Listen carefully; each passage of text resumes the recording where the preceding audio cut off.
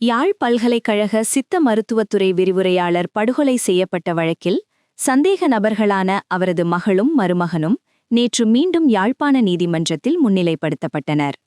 இதன்போது முதலாவது சந்தேக நபரான மருமகன் சார்பாக பெண் சட்டத்தரணி சர்மினியும், இரண்டாவது சந்தேக நபரான மகள் சார்பாக சிங்கள சட்டத்தரணியொருவரும் ஆஜராகியிருந்தது அனைவரது கவனத்தையும் ஈர்த்தது.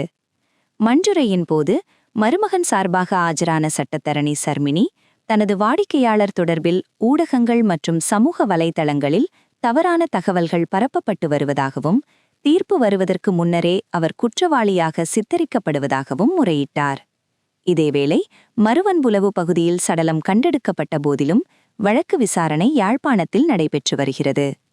எனினும் முக்கியமான மரண விசாரணை அறிக்கை இதுவரை சமர்ப்பிக்கப்படாத நிலையில் சந்தேக நபர்கள் இருவரையும் மீண்டும் விளக்கமறையலில் வைக்க நீதிவான் உத்தரவிட்டார்.